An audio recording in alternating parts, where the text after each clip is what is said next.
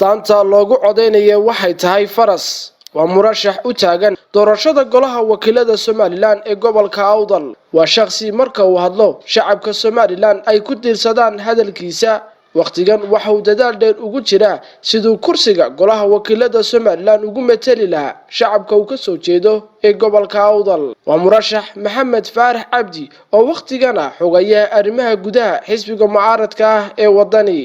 nuurka soo wiiraya waa wadani wadadii aqoonsiga waa wadani nuurka soo wiiraya waa wadani wadadii aqoonsiga waa wadani dhaliniyo waaye waa wadani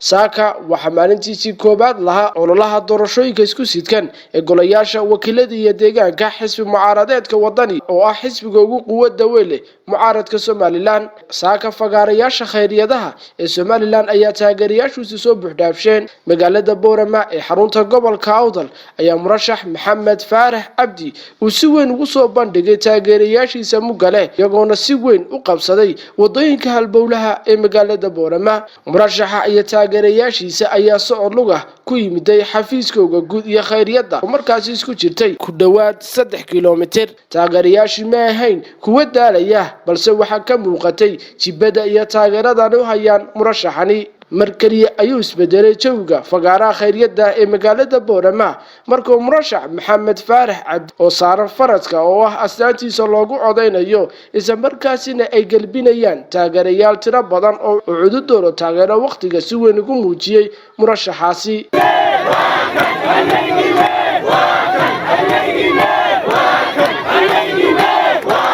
murashax Maxamed Faarax Cabdi oo fagaaraha khayriyada ee magaalada Boorama shacabka la hadlay ayaa u jeediyay khudbad qulubtooda si weyn u gilgishay taasi oo taabanaysay xaaladaha waqtiga ka taagan Somaliland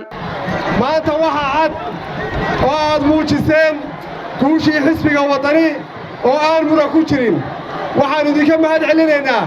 dhammaan taageerayaasha wadani sida isugu soo baxdeen xildhibaan kasta u soo sharafteen guud ahaan xisbiga ugu hiiliseen aad iyo aad baad ugu mahadsantihiin waa tii laydinku yaqaanay waa tii aad hiddaha u lahaydeen halkani waa Boorama waa gobolka Awdal waa gobolkii xisbiga wadani isaga gobolka Awdal leh waxaynu wada ognahay reer Awdalow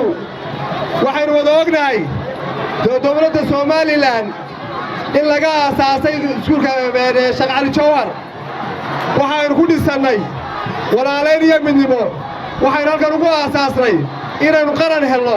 waxaynu halkan isugu keenay inaynu wadnamada helno waxaynu halkan isugu keenay inay Somaliland jiritaankeedii halkan jirida ugu aasno tan iyo intii la aasaasay Somaliland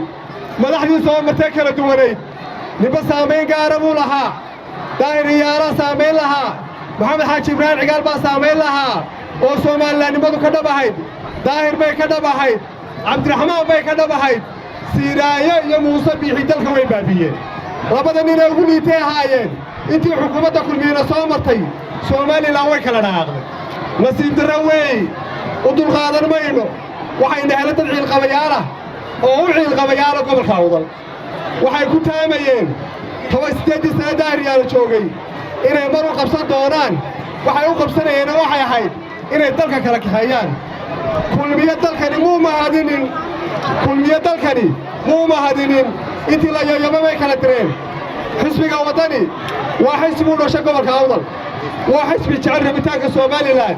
waa xisbi jecel wadajirka Somaliland dalku waxa uu u baahan yahay inuu cadaalad helo inuu sinaan dhaqaale helo inuu sinaan sharci helo in wadajir la helo la wada harsado dastuur baa inaga dhaxeeya dastuurka haddaan la xaqdhowrin dalkan sii jiri maayo xukuumadda kulmiye waxay maalin walba bil walba sanad walba ay mar walba jebisaa dastuurka dalkan u yaalla walaalaha lagu yahay miyaa la furi karo eerboorkiisa ma dhaqaale loo waayey dekadii luhayo taasoo jeer la dhagax dhigay dhaqaale looma waayin miyaa loo baahneen laakiin saylax waxa loo xakiyey ee loo xayiray waxa weeye inaanu gobolkani horumar gaadhin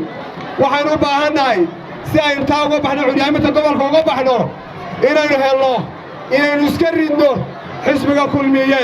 oo maanta fursad inagu soo martay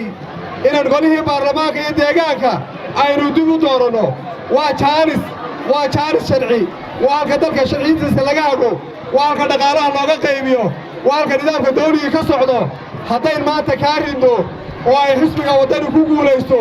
xukuumadda kulmiyana way iska tegaysaa